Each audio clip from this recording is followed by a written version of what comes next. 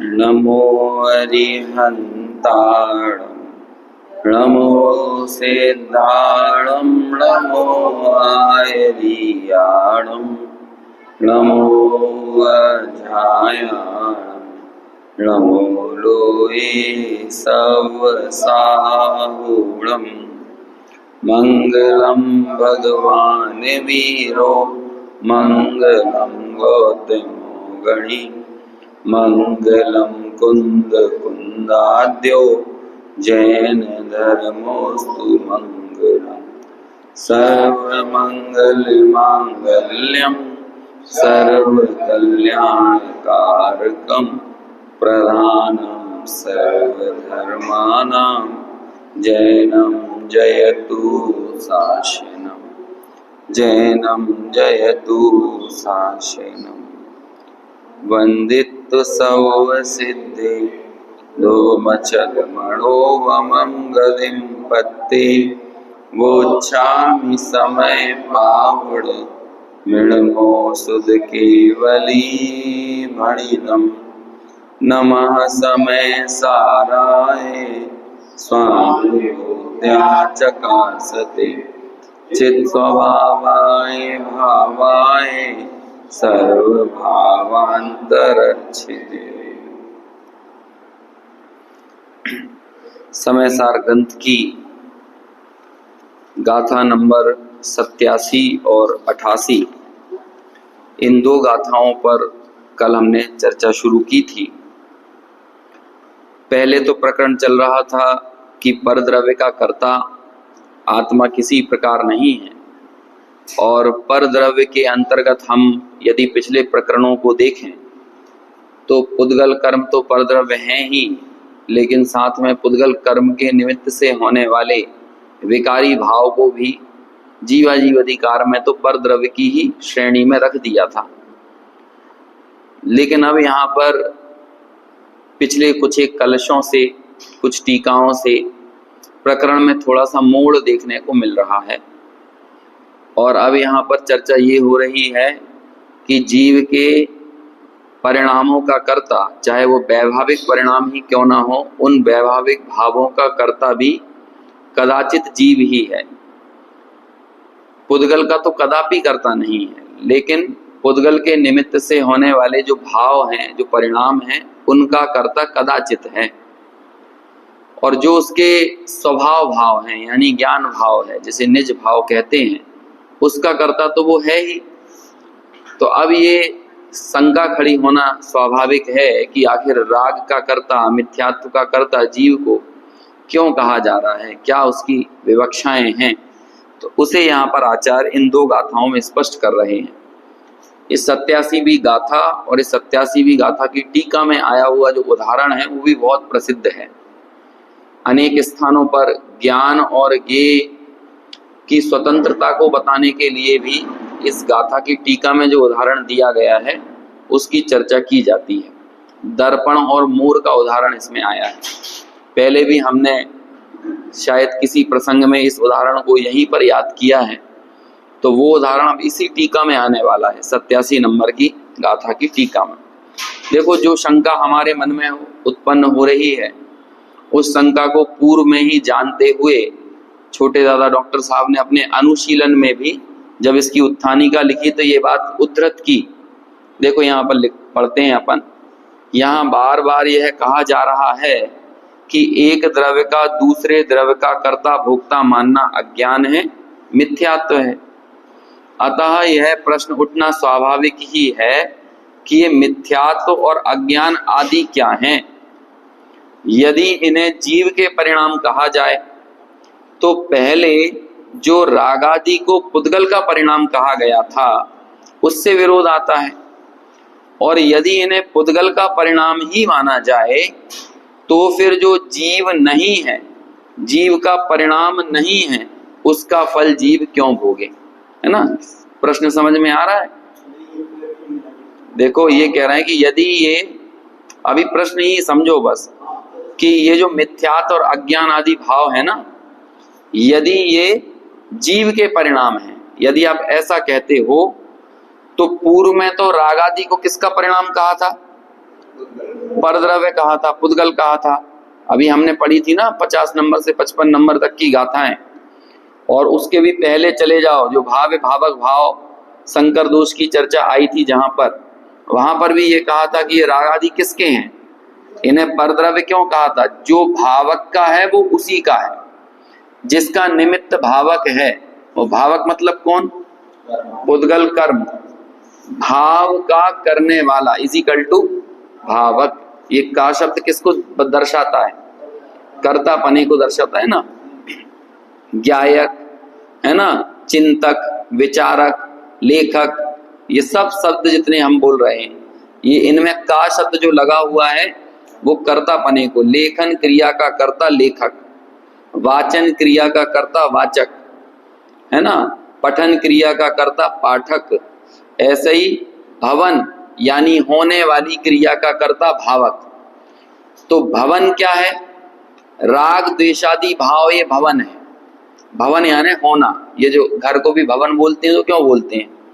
भू धातु से बहुत सारे शब्द बनते हैं, है ना। ये भवन शब्द भी उसी से बना हुआ है कि ये हो गया ना, पहले जमीन थी, कुछ हुआ नहीं था, अब हो गया, तो ऐसा कहने लगे भवन, है ना। तो ऐसे उस भवन का करने वाला कौन है? वो है भावक। तो पुद्गल कर्म कहलाता है भावक, और उसके निमित्त से होने वाले जो भाव हैं वो कहलाते हैं भाव्य। तो ये भाव्य भावक संबंध था ना, हमने पढ़ा था। तो कहते हैं जब भावक पुद्गल है तो पुद्गल के निमित्त से होने वाले भाव्य भी किसके? पुद्गल के। हमारे वो कुछ नहीं लगते। मैं जीव, मैं तो ज्ञान दर्शन से परिपूर्ण हूं, मैं इस विकारी भाव का करने वाला नहीं हूं, ऐसा वहां पर कहा था। तो यहां पर ये प्रश्न कह रहे हैं कि यदि आप ये कहोगे कि ये जीव के हैं, मिथ्यात्व, राग आदि, अज्ञान, तो जो पूर्व में आपने कथन किया ना, आचार्य कुंद आपने ही जो कथन किया है, कुंद का ही कथन था ना पूर्व में भी, ये मोह मेरा कुछ नहीं, मैं एक ज्ञायक भाव हूं। तो मोह जब मेरा कुछ नहीं, अब यहाँ पर यदि उस मोह को जीव का कह दोगे तो क्या समस्या आएगी? आप अपने ही कथन के विरोध में प्ररूपण करने लगोगे। अब दूसरी बात, यदि इन्हें पुद्गल का कहो तो कहते हैं जब पुद्गल का मिथ्यात्व है तो उस पुद्गल के मिथ्यात्व को ये जीव क्यों भोग रहा है फालतू में? जो चीज जैसे इस माइक का है तो ये माइक जाने, मैं इसको क्यों भोग रहा हूं?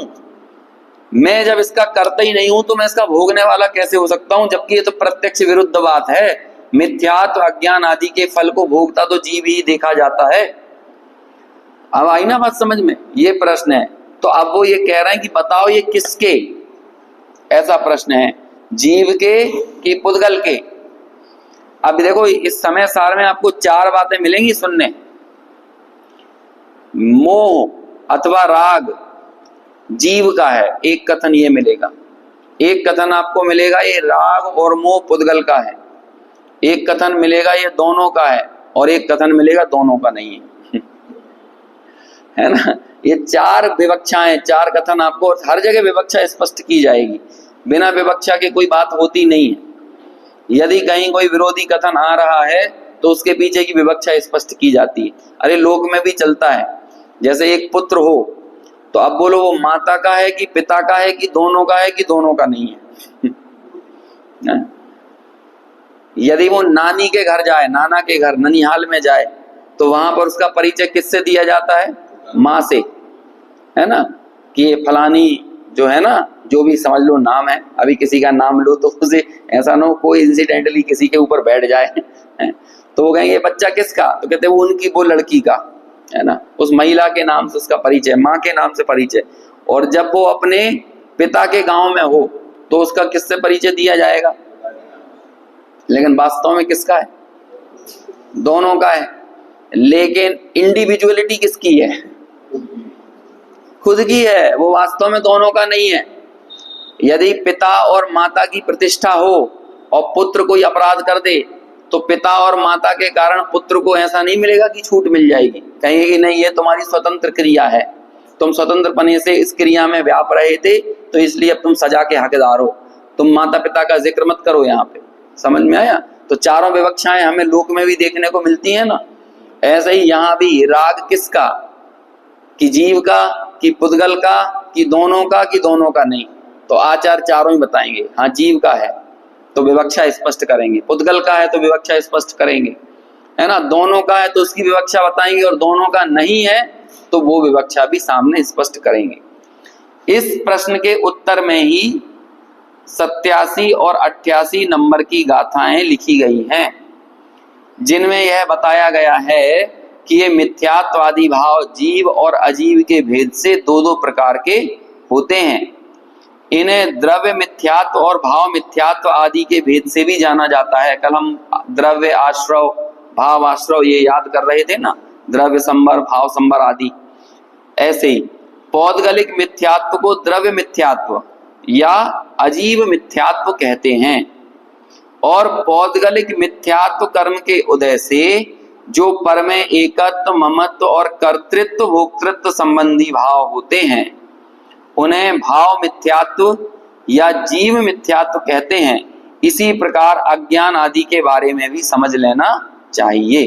तो अब उनका उत्तर यहाँ पर दिया जा रहा है कि मिथ्यात्व जीव का भी होता है और मिथ्यात्व अजीव का भी होता है, वो पुद्गल का भी है और जीव का भी है। यही गाथाएं हैं। देखो अभी फिर से अपन दोनों गाथाएं पढ़ते हैं, फिर टीका के आधार से इसकी चर्चा करेंगे। मिच्छत्तम पुण्यदुविहम जीवमजीवं तहेव अन्नाणम् अविरधि जोगो मोहो कोहा दिया इमे भावा। अनुवाद पढ़ते हैं नीचे। मिथ्यात्व जीव मोहा ज्ञान और कषाय हैं, ये सभी जीवा जीव हैं, ये सभी द्विविध।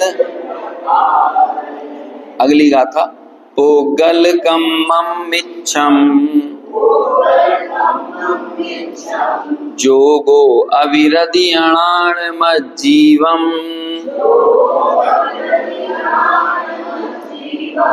उव ओगो अन्नाणम् अविरधि मिच्छं च जीवोदु।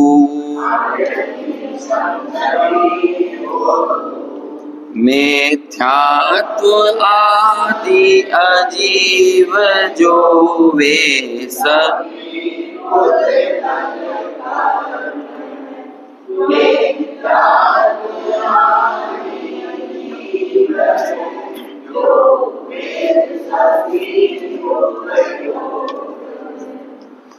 देखिए, तो अर्थ तो कल हमने देख लिया था। मिच्छत्तम पुण्यदुविहम, मिथ्यात्व दो प्रकार का है, जीव मजीवम तहेव अन्नाणम, जीव और अजीव के भेद से दो प्रकार का है, और तहेव अन्नाणम यानी अज्ञान भी इसी प्रकार दो प्रकार का है। फिर आगे बोलते हैं अविरधि जोगो, अविरधि यानी अविरत, जोग यानी योग, और मोह यानी मोह, और कोहा दिया क्रोध आदि भाव, ये सब भी इमे भावा, ये जितने भाव हैं ये भी दो दो प्रकार के हैं। क्रोध दो प्रकार का, मान दो प्रकार का, माया दो प्रकार की, है ना, लोभ, हास्य, रति, अरति, शोक, जुगुप्सा, सब 25 कसाएं दो दो प्रकार की, असंयम दो प्रकार का, अविरति दो प्रकार की। समझ में आया? तो ये दो दो प्रकार के। जो कर्म का उदय आया है वो किसका, जो कर्म का उदय है वो पुद्गल, और कर्म के उदय के निमित्त से होने वाले जो विकारी भाव हुए वो किसके हैं, वो जीव के। यहाँ ऐसा कह रहे हैं। अब देखो जरा, एक यहाँ कर्तापने की दो विवक्षाएं हैं। पहली विवक्षा तो हम अभी देखते हुए आ रहे हैं, यहाँ परिणमति सा कर्ता, समझ में आया ना, जो परिणमित होता है वो कर्ता। दूसरा यहाँ पर कर्ता कौन, जो कर्ता बने वो कर्ता। समझ में आया? पहला क्या है, एक तो जो परिणमित हो रहा है वो कर्ता, तो ये तो हो गई एक यूनिवर्सल बात। लेकिन एक अशुद्ध निश्चय की बात भी है ना, और ये अज्ञानी की मुख्यता से बात है। देखो, अशुद्ध निश्चय खड़ा होता है तो कहाँ होता है, अशुद्ध निश्चय ने हमेशा अज्ञानी में ही खड़ा होगा। जैसे आप कभी सिद्ध भगवान को अशुद्ध निश्चय से प्ररूपित नहीं कर सकते, तो अशुद्ध निश्चय से किसे प्ररूपित करोगे?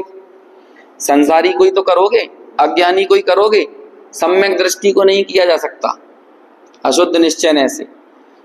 साक्षात शुद्ध निश्चय से जिन्हें कहा जाता है अरहंत को, सिद्धों को, इन्हें नहीं कहा जा सकता। और परम शुद्ध निश्चय की तो यहाँ बात ही छोड़ दो अभी। अशुद्ध निश्चय ने जब जब भी खड़ा किया जाएगा, अशुद्ध निश्चय से जिसका प्ररूपण होगा वो निश्चित तौर पर कौन होगा? अज्ञानी होगा। तो ये जो जीव मिथ्यात्व की बात जो हो रही है, ये किसके लिए हो रही है? अज्ञानी के लिए हो रही है। ये जीव मिथ्यात्व की बात समझ में आया ना? ज्ञानी के लिए नहीं हो रही। ज्ञानी की तो बात ही भूल जाओ, क्योंकि ज्ञानी को यदि खुद में मिथ्यात्व दिख रहा है तो कभी ज्ञानी नहीं हो सकता। उसके ज्ञानी होने के लिए क्या जरूरी है? कि वो अपने आप को शुद्ध ही अनुभव करे। और ये इसी समय सार में आगे गाथा आएगी, जो शुद्ध भावे आत्म को वो शुद्धता को प्राप्त हो, और अविशुद्ध भावे आत्म को अविशुद्धता ही प्राप्त हो। ये गाथा यही आचार्य कुंद कहेंगे। तो अब ये जो जीव मिथ्यात्व और अजीव मिथ्यात्व कहे जा रहे हैं, तो ये कौन है जीव मिथ्यात्व? किसके लिए है जीव मिथ्यात्व? बिल्कुल खरे खर ठोस रूप से ये यदि किसी के लिए है तो अज्ञानी की बात चल रही है। मतलब मिथ्यात्व का कर्ता कौन? तो कहते हैं जीव खुद। कौन सा जीव? ज्ञानी की अज्ञानी? अरे ज्ञानी में मिथ्यात्व दिख ही नहीं रहा है, तो दिख रहा है तो किस में दिख रहा है? अज्ञानी में। तो जीव, इस मिथ्यात्व का कर्ता जीव, ये अज्ञानी के लिए कहा। तो यहां पर मैंने जो कर्तापने की दो परिभाषाएं बताई अभी, पहली क्या थी? या परिणमति सा कर्ता। तो ये वाली परिभाषा तो फिट नहीं हो रही यहाँ पे जीव मिथ्यात्व में। समझ में आया? तो कौन सी परिभाषा फिट हो रही है? जो कर्ता बने सो कर्ता। समझ में आया? हमारे छोटे दादा डॉक्टर साहब, डॉक्टर भारेले जी उदाहरण देते थे इस बारे में कि एक किसान की भैंस का मर्डर हो गया है ना। वो मर्डर किसी आदमी ने नहीं किया था, गोहरे ने, गो होती थी ना, क्या कहते हैं, गोहरा है ना, गोहरे ने किया। अब वो गोहरे ने इतनी सफाई से उसका मर्डर किया कि शरीर पर कोई निशान नहीं, लेकिन भैंस मर गई। तो अब जैसे ही जब वो भैंस मरी, बड़ी प्यारी भैंस थी, डेली का कम से कम सुबह शाम का मिला लो तो 25-30 लीटर दूध देने वाली भैंस हो, और वो मर जाए तो बड़ी पूरे गांव में चर्चा का विषय बनेगा कि नहीं? अब आजकल तो नहीं बनती, लेकिन पहले तो गांवों में गैया ही मर जाती तो पूरे गांव में ढिंडोरा पिट जाता था, है ना। ये बहुत बड़ी बात है। गैया ब्याह जाए ना तो भी पूरे गांव को पता चल जाता था, बेहोशी बढ़ जाती थी होता था। तो ये उस समय बहुत बड़ी घटना हुआ करती थी। तो वो तब के उदाहरण बनाकर दादा देते थे। तो अब पूरे में चर्चा हो रही है, पूरे गांव के लोग आ रहे हैं और सब चर्चा कर रहे हैं, क्या गजब कमाल का, ऐसा भैंस को किसने काटा है, कौन ऐसा जानवर है, कौन शातिर जानवर है। कहीं तो उस जानवर के पैर के निशान नहीं, लेकिन आया और काट के चला गया, आया और काट के चला गया इतनी सफाई से। और भैंस को ना खून निकला, ना मुंह से फंसूकर निकला, और भैंस वैसी की वैसी मर गई। अब वैसे पोस्टमार्टम तो चलता नहीं था, तो जो ऊपर से जो दिख रहा है उसे ही लोग बाद चर्चाएं कर रहे। तो पूरे में चर्चाएं हो रही, कौन है इसका मर्डर करने वाला, गजब का उसने कमाल दिखाया है। अब ये चुपचाप से सारी बातें पेड़ पर बैठा हुआ गिरधौरा सुन रहा था। गिरधौरा भी गोहरे जैसा ही रहता है ना। आप दूर से देखोगे तो अंतर नहीं कर पाओगे कि ये गोहरा है कि गिरधौरा है तो गिरधौरा को तो मालूम है कि किसने मारा है, क्योंकि वो पहले जब गोहरा भैंस को काट रहा था तब भी वो साफ साफ देख रहा था, तो उसे तो मालूम है। लेकिन जब इतनी ज्यादा मर्डर करने वाले की चर्चा चल रही है ना, उसकी खूब तारीफें हो रही, क्या सफाई से मारा है, क्या जबरदस्त उसने काम किया है ना, कहीं कोई निशान नहीं छोड़ा, और भैंस बिल्कुल वैसी की वैसी हट्टी कट्टी दिख रही है, लेकिन मर गई, खून की एक बूंद नहीं गिरी। तो ये मर्डर करने वाले की तारीफ हो रही। तो गिरधौरा भी बेचारा क्या करे, जब इतनी तारीफ हो रही है, उसमें तो हिम्मत थी नहीं कि कभी किसी भैंस को तो क्या, कभी कोई चूहे को भी मार दे, है ना। गिरधौरे में ताकत नहीं थी, लेकिन उसने कहा जब इतनी तारीफ चल रही है और कोई इसका क्रेडिट लेने वाला नहीं है, तो एक काम करते हैं, हम ही चले जाते हैं क्रेडिट लेने के लिए, है ना। तो पूरी भीड़ के बीच में बढ़िया अपना मुंह ऊपर निकाल के खड़ा हो गया गिरधौरा ऐसे, है ना। अब उसकी हिम्मत अभी भी नहीं पड़ रही थी कि वो सीधे सीधे बोल दे कि ये भैंस को हमने मारा है, ऐसा तो नहीं बोला। वो बोलेगा हमने और गोरा भैया ने मारा है। क्या बोलता है वो गिरधौरा, कौन कौन ने मारा है, नहीं हमें तो क्रेडिट लेना ही है ना। तो कहते हमने और गोरा भैया ने, दोनों ने मिलके इसको मारा है। अब किसान का दिमाग तो खराब ही था, जब इतनी भयंकर इतनी जबरदस्त उसकी भैंस हो जो 20, 25, 30 लीटर दूध देने वाली हो, तो वो कितना ताव में होगा, कितने गुस्से में होगा। तो वो बोलता है सुनो, अब गिरधौरा भैया वो गौरा भैया तो जब मिलेंगे तब हम उनसे निपटेंगे, है ना। अब तुम ही इधर खड़े हो, तो उसके हाथ में अच्छा मोटा पत्थर था और लिया और उसके ऊपर मार दिया, और जैसे ही वो गिरधौरा पे पड़ा तो मर गया वो गिरधौरा। तो अब बोलो गिरधौरा को काय की सजा मिली, करता तो वो था नहीं, लेकिन सजा किस चीज की मिली, कर्ता बनने की सजा मिली। समझ में आया। ऐसे ही हमारे भीतर पैदा होने वाले विकारी भाव, यदि परमार्थ से देखोगे तो हम उसके कर्ता नहीं है, लेकिन कर्म के पत्थर कौन के ऊपर पड़ेंगे? कौन के ऊपर पड़ेंगे? परिणमित तो नहीं हो रहा वो, लेकिन जो कर्ता बनेगा, कि कसाय करी तो हमने ही करी, मोह किया तो हमने ही किया। समझ में आया। तो ठीक है, तुमने किया तो लो तुम्हारे ऊपर भी कर्म के पत्थर पड़ेंगे। और फिर जब बाद में अदालत में फरमान जारी होगा और वहां पर तुम्हारे नाम का केस लगेगा, तो फिर पूछा जाएगा, ये अज्ञानी जाकर भी अपना केस दायर कर दे कि भैया जब हम करने वाले ही नहीं है कोई, तो फिर हमें आखिर सजा क्यों भोगनी पड़ रही है। सवाल तो खड़ा होगा कि नहीं। तो फिर बोलो क्या फैसला और दलील दी जाएगी वहां पर। ठीक है, तुम करने वाले तो नहीं हो, लेकिन तुम चीख चीख के चिल्ला चिल्ला के पूरे गांव में ढिंडोरा क्यों पीट रहे थे, हमने किया हमने किया। तो गिरधौरा पे पत्थर काय के लिए पड़ा, काटने के लिए नहीं पड़ा, लेकिन हमने भी किया है, हम भी इसके करने वाले हैं। समझ में आया। तो तुम्हें पत्थर पड़ने की सजा मिलना ये तुम्हारे जायज है, ये नाजायज नहीं है। तो बस यही यहाँ पर विवक्षा को स्पष्ट कर रहे हैं कि ये जो विकारी भाव तुम में पैदा हो रहे हैं ना, चूंकि तुम कर्ता बन रहे हो, तो कौन हो, ये किसके हुए ये भाव? कहते हैं ये भाव तुम्हारे ही हुए। तो ये जीव मिथ्यात्व समझ में आया, ये जीव अज्ञान, ये जीव मिथ्यात्व किस लिए? ये बस तुम्हारा ही है, इसका कोई और दूसरा करने वाला नहीं है। जब तुम कर्ता बनोगे, मानोगे, तो ऐसा होगा। विकल्प का कर्ता तुम्हें क्यों कहा जाता है? इसीलिए कहा जाता है क्योंकि विकल्प से होने वाली घटनाओं के भी तुम कर्ता बनते हो। तो कहते हैं कि उस घटना का तो छोड़ ही दो, उधर से तो संबंध कोई जुड़ता हुआ दिख नहीं रहा, लेकिन इस विकल्प से जो संबंध जुड़ता हुआ दिख रहा है ना, तो तुम्हें इस विकल्प की सजा मिलेगी, इस दुर्विकल्प की सजा मिलेगी। और ज्ञानी क्या विचार करता है अपने विकल्प को लेकर? प्रश्न है, विकल्प अकिंचित कर है कि किंचित कर है?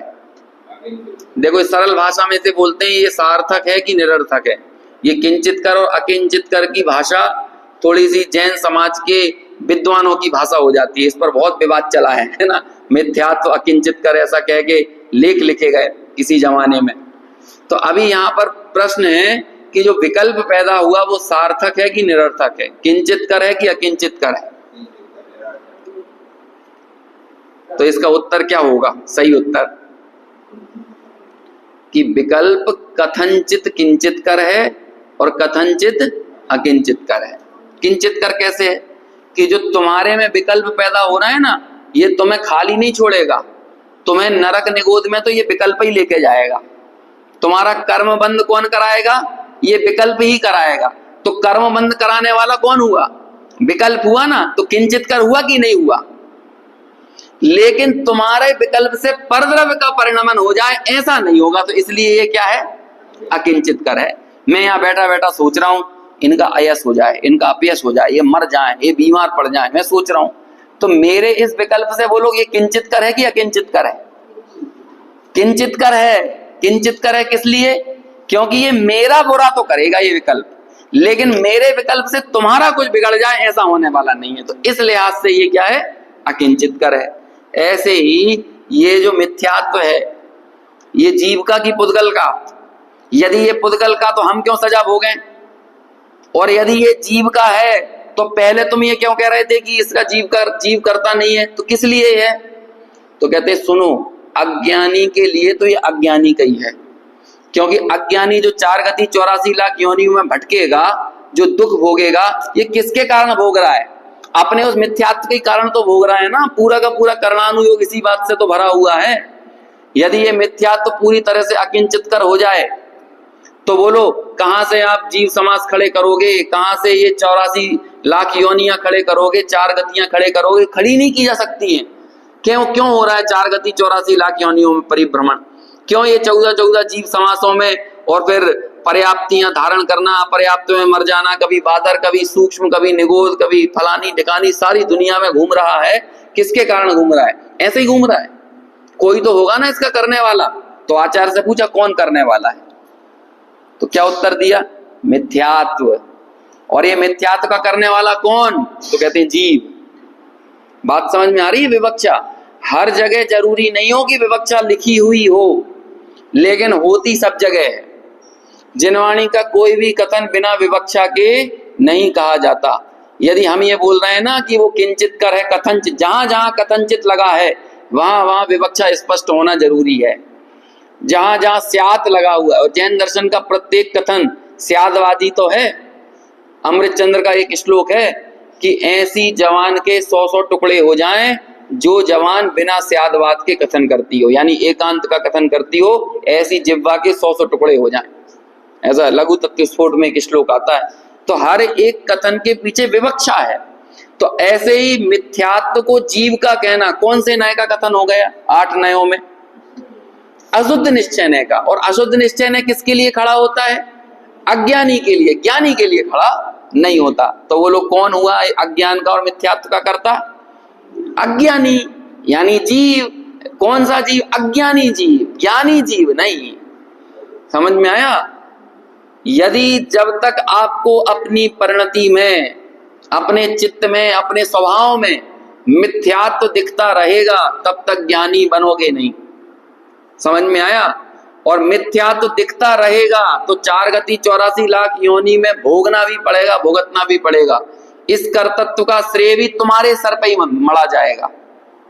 लेकिन जिसे अपने स्वभाव में ज्ञान के अलावा अन्य कुछ नहीं दिखेगा, आदि मध्य अंत में एकमात्र ज्ञान भाव की सत्ता ही दृष्टि में आएगी, ऐसे वो जीव को कभी मिथ्यात्व के कर्तापना भी नहीं आएगा, और मिथ्यात्व के कारण होने वाले जो 4 गति 84 लाख योनियों के जो संसार परिभ्रमण के जो दंश हैं वो भी झेलना नहीं पड़ेगा।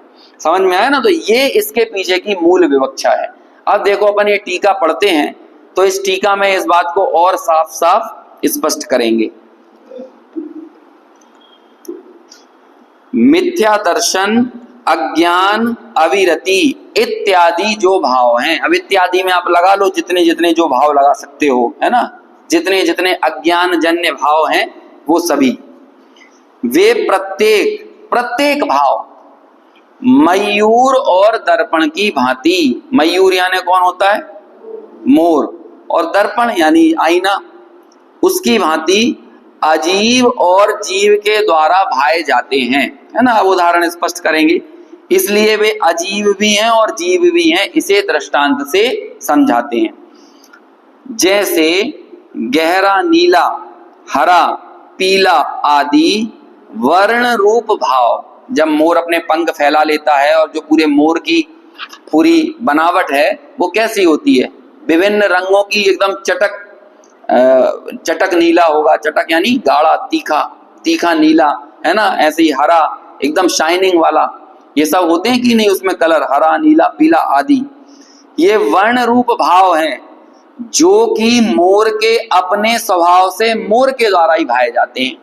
बोलो इन भावों का करने वाला कौन और इन भावों को भाने वाला कौन? अभी उदाहरण ही है तो उदाहरण की जैसे समझना, नहीं तो ये कहने लगो नहीं मोर का जीव भिन्न है और मोर का शरीर भिन्न है, ऐसा नहीं है। अभी यहाँ पे मोर मतलब मोर, वो पूरा अखंड मोर यानी मोर। तो मोर ही उन रंगों का करता है और वो ही उनका भोगता है। तो उन रंगों को यहाँ भाव कहा जा रहा है और उन भावों को भोगने वाला मोर को कहा जा रहा है। मतलब मोर के द्वारा भाए जाते हैं, यानी मोर के ही वो बनते हैं और मोर के ही वो होते हैं। वे मोर ही हैं, वो रंग भी क्या है, वो साक्षात मोर हैं। और दर्पण में प्रतिबिंबित रूप से दिखाई देने वाला, अब वो मोर खड़ा हुआ है आईने के सामने, तो जैसा मोर बाहर है वैसे ही का वैसा मोर अंदर आईने में दिखेगा कि नहीं। अब ये बताओ, वो जो आईने में दिखने वाला जो मोर है, वो आईने का जो हरा नीला है ना, पीला इत्यादि जो रंग आईने में दिख रहे हैं, वो मोर के रंग हैं कि दर्पण के रंग हैं? क्योंकि यदि मोर के रंग होते तो मोर में से कुछ रंग कम हो जाते और दर्पण में चले जाते, तब तो दर्पण में आते ना। लेकिन दर्पण में जो रंग बन रहे हैं वो दर्पण का अपना उपादान है, वो मोर का कारण। क्योंकि यदि वही मोर इस दीवार के सामने खड़ा होता है तो यहां पर कोई रंग नहीं झलक रहे। क्यों नहीं झलक रहे? उत्तर क्या है? क्योंकि इसकी अपनी उपादानगत योग्यता नहीं है कि इस दीवार में वो रंग झलक जाए। लेकिन दर्पण की उपादानगत योग्यता है कि वो बाहर उपस्थित प्रत्येक वस्तु को हूबहू वैसा का वैसा झलका दे। तो वो किसकी अपनी प्रॉपर्टी है? दर्पण में दिखने वाले रंग, वो दर्पण की प्रॉपर्टी है। लेकिन सुनो कमाल की बात, दर्पण की प्रॉपर्टी तो है लेकिन दर्पण का स्वभाव नहीं है। हरा नीला काला पीला दर्पण का स्वभाव नहीं है। झलकाना तो स्वभाव है लेकिन हरा नीला पीला काला स्वभाव नहीं है। क्योंकि यदि दर्पण हरा नीला काला हो जाए तो उसमें आगे कोई पदार्थ झलकेगा नहीं। आप करके देख लो, आप दर्पण को पीले रंग से पोत दो तो क्या होगा? दर्पण खत्म, दर्पण की दर्पणता चली गई। दर्पण की दर्पणता तब है जब उसमें रंग झलके तो सही, लेकिन वो किसी रंग रूप ना हो, वो निरंतर क्या रहे? स्वच्छता उसका स्वभाव है कि अभी हरा नीला पीला मोर आ रहा है तो मोर को झलका दे, कौआ आ जाएगा तो कौआ को झलका देगा, चिड़िया आएगी तो चिड़िया को दिखा देगा, लेकिन किसी से भी भीतर से प्रभावित नहीं होगा। वो झलकन उसकी अपनी है। लेकिन जितनी देर सामने मोर है तो वो मोर के दिखने वाले रंग जो दर्पण में दिख रहे हैं वो दर्पण की अपनी रचना है, लेकिन उसकी वैभाविक रचना है। क्योंकि स्वाभाविक रचना तो उसका क्या है? स्वभाव उसका, उसकी स्वच्छता।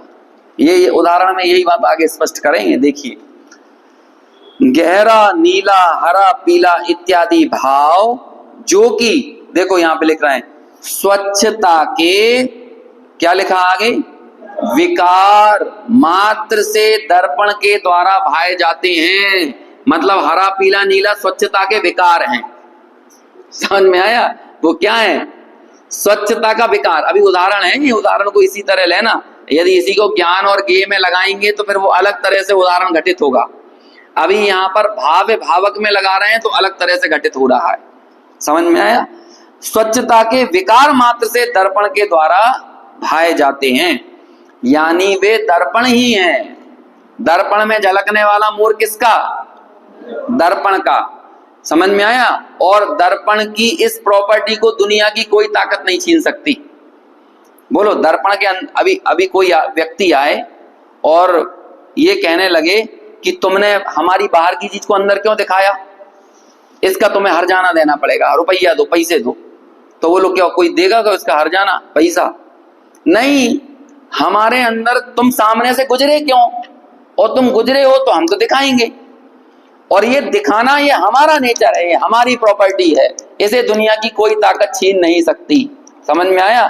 तो वो स्वच्छता का विकार है दर्पण का मोर, लेकिन बाहर का मोर बाहर है और दर्पण का मोर दर्पण में है, यानी वे दर्पण ही हैं, दर्पण के द्वारा ही भाए जाते हैं और वे दर्पण के ही हैं।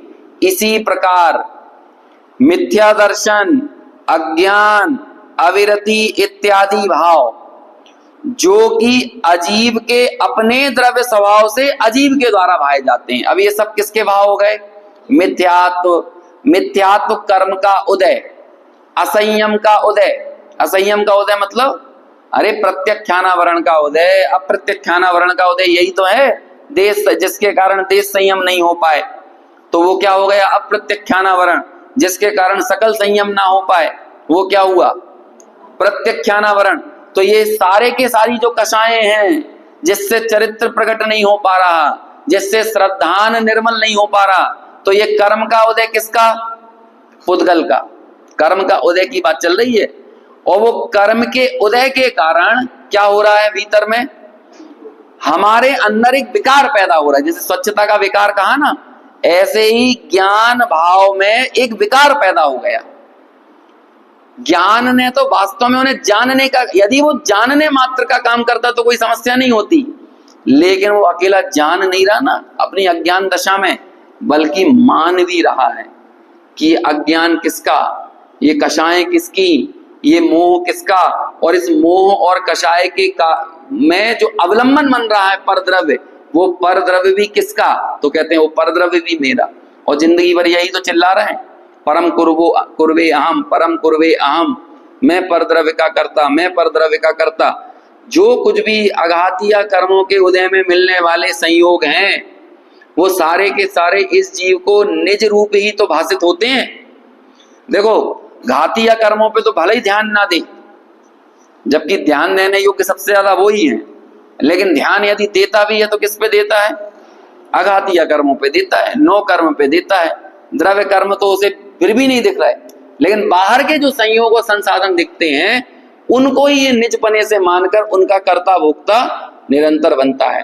तो कहते हैं तुम जो चिल्ला रहे हो ना जिंदगी भर, मैं इसका करने वाला हूं, मैं इसका करने वाला हूं, तो फिर जाओ, तुम्हें इस अज्ञान, वैसे इसके भोगने वाले तो तुम नहीं हो, लेकिन तुम जो इसके निमित्त से जो विकार भाव हो रहा है ना, हाँ ये विकार भाव तुम्हारा अपना है, और फिर जाओ लुटो पिटो कुटो, जाओ 4 गति 84 लाख योनियों में भटको। कल क्या है कि कोई एक, क्या नाम था, आत्म सुरक्षा मंथन करके कोई ग्रुप चलता है, तो उनका एक शिविर लगा हुआ है ना, ऑनलाइन। तो उसमें हर दिन एक दिन कोई विशेष सेमिनार टाइप का रखते हैं। तो कल उन्होंने एक सेमिनार रखा था ऐसे ही मेरा, तो उसमें एक प्रश्न पूछा किसी ने कि जब द्रव्य शुद्ध है, गुण शुद्ध है, तो फिर पर्याय अशुद्ध क्यों हो रही है? गुरुदेव के सामने भी कई बार ऐसे प्रश्न आते थे, तो गुरुदेव बड़े शॉर्ट में बता देते थे। वो कहते थे शुद्ध माने तो शुद्ध होना, बस उनका शॉर्ट में उत्तर इतना ही होता था। जब शुद्ध ही नहीं मानेगी, पर्याय भले द्रव्य शुद्ध है, गुण शुद्ध है, लेकिन जो पर्याय मानने वाली है वो माने ही ना कि मैं शुद्ध है, तो बोलो उसके अंदर शुद्धता कहां से प्रकट हो जाएगी? समझ में आया कि नहीं? ऐसे ही अब इसका डिटेल में उत्तर क्या होगा कि भाई ये जो पर्याय यदि अपना अवलंबन ले, पर का अवलंबन छोड़ दे, यदि ये बहिर्मुख दृष्टि छोड़ दे और अंतर्मुख दृष्टि करे, तो अंतर के जो अनंत गुण हैं उनका आनंद इस पर्याय को भोगने को मिलेगा। और चूंकि ये अंतर दृष्टि नहीं कर रही है, और ये बाहर में कई बार ऐसा होता है कि नहीं कि पिता की तो बहुत प्रतिष्ठा हो, लेकिन पुत्र को कभी उसकी वैल्यू समझ में नहीं आती। पिता के रहते हुए पूरा गांव नगर, समझ में आया, समाज, सब लोग तो पिता की वाहवाही करते हो, उनकी तो चारों तरफ महिमा होती हो, जगह जगह मंचों पर उनका सम्मान किया जाता हो, लेकिन पुत्र को कोई कदर ही नहीं है। पुत्र तो बचपन से ही उनको ऐसे ही देख रहा है। अब वो हो ही जाता है, आप जिसको लगातार जिस तरह से देखते हो आपको उसकी कदर नहीं आती है, लेकिन थोड़ी सी दूरियां हो जाती हैं तो हमें उनकी कदर आने लगती है। तो वो तो अपने पिता को लुंगी लपेटे हुए देखता है ना, है? और वो क्या कहते हैं, वो सैंडो बनियान पहने हुए, तो उसे तो उन्हें उनकी कीमत ही नहीं आएगी। लेकिन जगह जगह जो सब जगह जो एक पिता की छवि है, वो छवि का अब लोग कहें तुम्हारे पिता का तो इतना नाम है और तुम कहाँ ये सड़ी सड़ी चीजों में लगे रहते हो, छोटे मोटे काम करते रहते हो। अपने पिता की उस गौरव को, अपने पिता के उस क्या कहते हैं प्रतिष्ठा को आगे बढ़ाने का काम करो ना। लेकिन उसे लगता है ये पूरी दुनिया मूर्खता की बातें कर रही है, अरे हमारे पिता पिता ऐसे कुछ नहीं है। समझ में आया? उसे तो ऐसे ही लग रहा है। तो अब वो कहते हैं वो पिता के उस प्रतिष्ठा के वैभव को कब भोगेगा? कि जब माने तब भोगेगा, और माने ही नहीं तो काहे को भोगेगा? वो तो दुखी बना रहेगा। उसे तो वो क्या ठेला चलाने वाले, ऑटो रिक्शा चलाने वाले वे लोगों के पिता ज्यादा महिमावान लग रहे हैं। और मुझे कई बार बहुत आश्चर्य होता है, अच्छे अच्छे अपने जैन घरों के बच्चे जिनकी बहुत अच्छा खान पान शुद्ध है, रहन सहन शुद्ध है, हर एक चीज में डिग्निटी है, लेकिन उन लोगों की दोस्ती यारी ऐसी जगह जाकर बन जाती है जो कि पता चल रहा है नाले के पास के खाना खाने का आनंद लूटेंगे, और फिर सब जगह स्ट्रीट फूड खा रहे हैं हम, स्ट्रीट फूड। समझ में आया? तो इस तरह से वो अपना स्तर नीचे ले जाने को अपना गौरव और गरिमा मानते हैं। गंदे लोगों के साथ बैठना, उसी तरह के चुटकुलेबाजी करना है, और फिर और ज्यादा संगत बिगड़ जाए तो ठेकों पे जाने लगना, शराब वराब पीने लगना। वो उन्हें अपने परिवार की और अपने कुल का गौरव ही याद नहीं रहता, स्मरण में नहीं रहता, तो फिर बाद में उनकी दुर्गति होती है। तो अब कोई कहे कि भैया तुम्हारे पिता ऐसे, तुम्हारे दादा ऐसे, तुम्हारे चाचा ऐसे, तुम्हारा पूरा कुल इतना जबरदस्त, और तुम क्यों ये दर दर की ठोकरें खा रहे हो? तो उत्तर क्या है शॉर्ट में, माने तो आनंद भोगे, और जब माने ही नहीं, अपने कुल की ओर देखे ही नहीं, और वो राह चलते चाहे जैसे हेरे गैरों की तरफ ही देख के उनका ही अनुचरण करेगा, तो क्या होगा? दुखी ही होगा ना। ऐसे ही ये पर्याय जिस त्रिकाली द्रव्य स्वभाव से आ रही है, ये ज्ञान की प्रतिपल उठने वाली तरंगें जिस ज्ञायक की हैं, यदि उस ज्ञायक का ही लक्ष्य ना करे, उसकी अनंत गुणों की संपदा को ना देखे, ना भोगे, तो बोलो इसका क्या होगा? और ये कहां जाकर मर रही है, मिट रही है? इसे मजा काहे में आ रहा है? जड़ का वैभव तो वैभव दिखता है, लेकिन अपने निज वैभव की कभी कदर नहीं आती। तो बस शॉर्ट में उत्तर इतना ही है, वो पर्याय अशुद्ध क्यों कि माने यदि अपने द्रव्य और गुण की शुद्धता को स्वीकारे तो शुद्ध हो, और ना स्वीकारे तो जाओ फिर, जैसी दुर्गति हो रही है वैसी दुर्गति होती रहेगी। ऐसे ही यहां पर ये अज्ञानी के लिए ये सूचना है, समझ लो हाई अलर्ट है।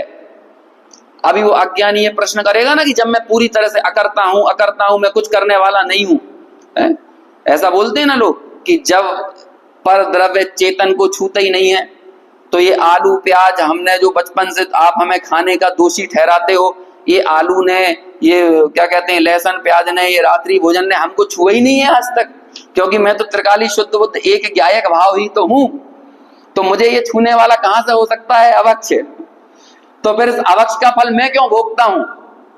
तो उसे उत्तर दिया कि देखो भाई, तुम्हारी मोटरसाइकिल में चोरी का पेट्रोल डला, तो बोलो कौन को जेल होगी, मोटरसाइकिल को कि तुमको?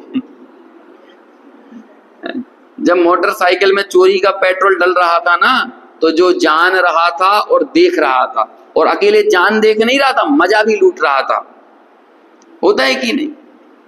कई बार ऐसा, एक बार जब मैं बहुत छोटा था, 7वीं 8वीं में रहा होऊंगा, तो खनियाधाना में शिविर लगा था सन 2000 में, पंचकल्याण के पहले, तो हमारे घर से ले गए थे वहां पे।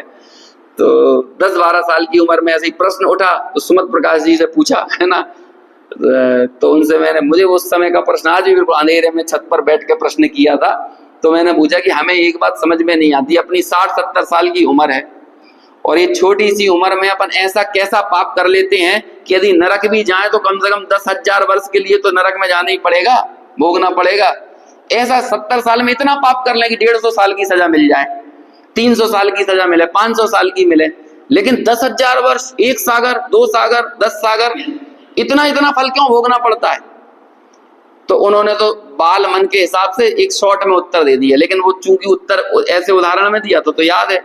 तो छत पर बैठे हुए तो कहते थे यहां से नीचे कूदोगे तो कितनी देर लगेगी, और तड़पोगे कितनी देर लगेगी कूदने में कितनी देर लगी और तड़पने में कितनी देर लगी।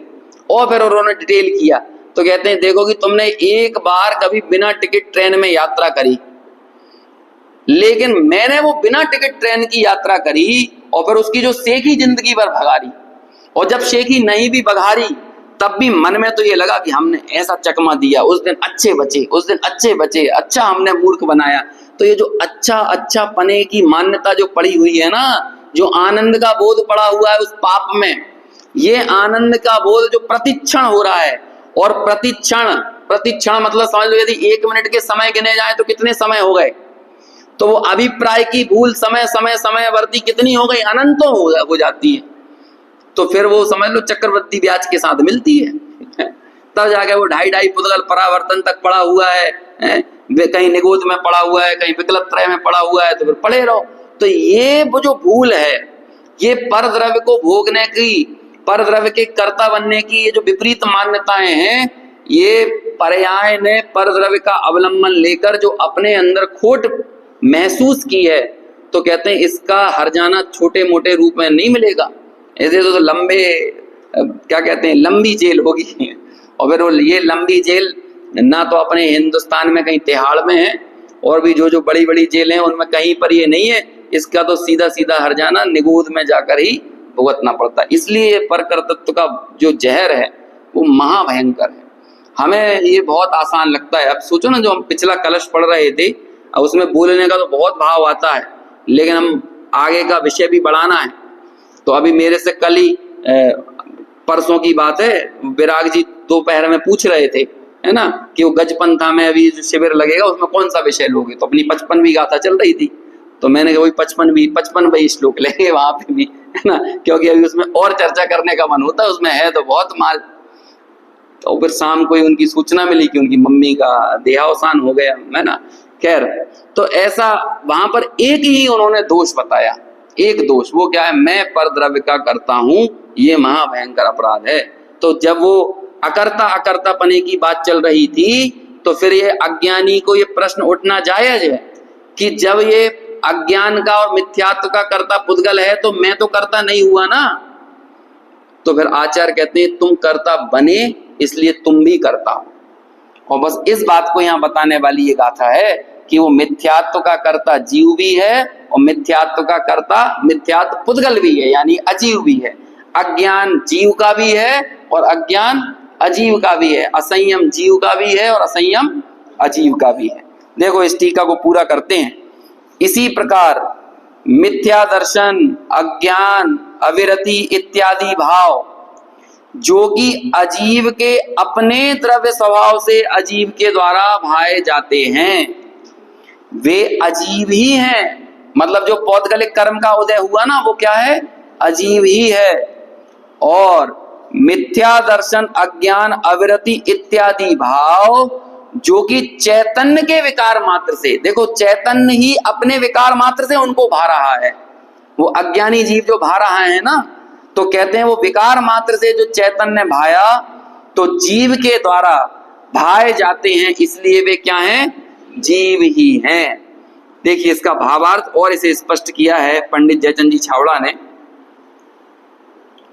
पुद्गल के परमाणु पौद्गलिक मिथ्यात्वादी कर्म रूप से परिणमित होते हैं। उस कर्म का विपाक यानी उदय होने पर उसमें जो मिथ्यात्वादी स्वाद उत्पन्न होता है वह मिथ्यात्वादी अजीव हैं, और कर्म के निमित्त से जीव विभाव रूप परिणमित होता है, वे विभाव परिणाम चेतन के विकार हैं, इसलिए वे जीव हैं। जो पुद्गल का स्वाद आ रहा है वो किसका है, वो पुद्गल का है, लेकिन उसके कारण जो विकार तुम्हारे पैदा हुआ है वो किसका है, वो जीव का है।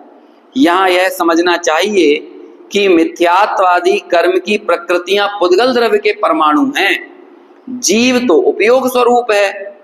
उसके उपयोग की ऐसी स्वच्छता है कि पौद्गलिक कर्म का उदय होने पर उसके उदय का जो स्वाद आए उसके आकार उपयोग रूप हो जाता है। अब जो मिथ्यात्व कर्म का उदय हुआ ना, तो मिथ्यात्व कर्म के उदय में जो मिथ्यात्व का स्वाद आया, तो ये अपने आप को भी मिथ्यात्व रूप भाने लगा, यानी मिथ्यात्व रूप परिणत हो गया।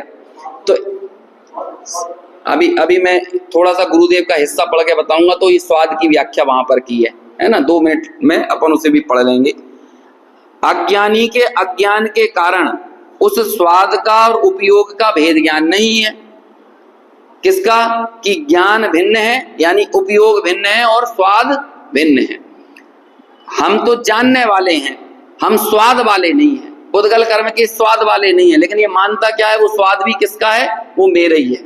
ये तो वास्तव में उपयोग का ही आनंद लूट रहा है, लेकिन भेद ज्ञान के अभाव में वो पुद्गल कर्म का स्वाद इसे अपना स्वाद लगता है। भेद ज्ञान नहीं है, इसलिए वह स्वाद ही अपना भाव समझता है।